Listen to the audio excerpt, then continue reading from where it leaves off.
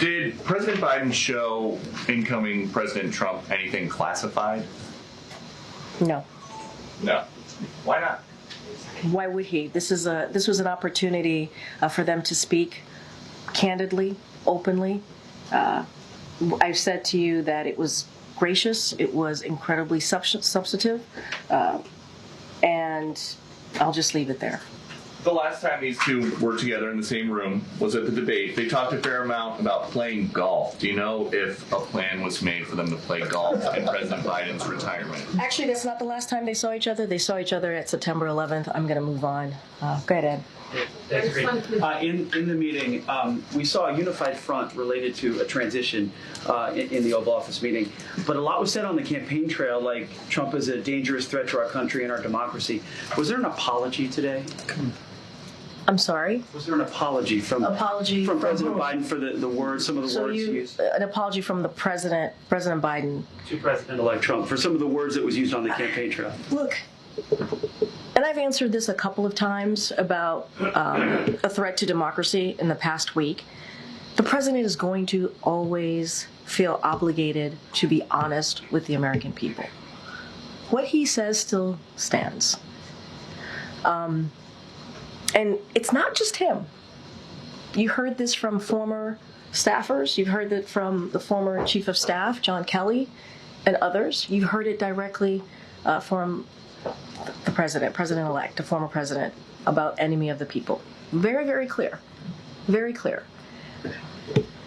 What we want to be also very clear about is the importance of listening to the will of the American people. There was an election. It is important to respect our institution. It is important to respect the free and fair elections.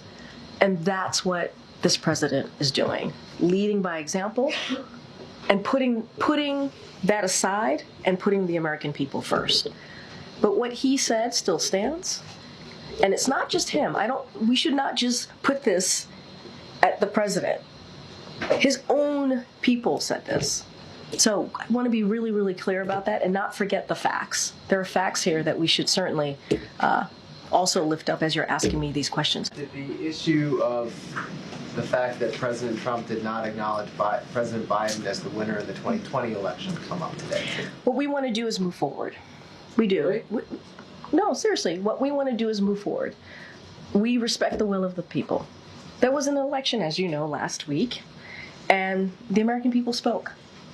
And so the president is going to make sure that he puts the American people first. He's going to make sure that we move forward in this process, in this transition process, in a way that is respectful to the American people and to lead by example. And so that's our focus. That's what we want to do. I think the president has shown that in the past week of that leadership. And so that's what you're going to hear. That's what we're going to continue to do in the 68 days that we have left in this administration. I understand that. I guess that just seems like a piece of unfinished business between them. Did it come up at all?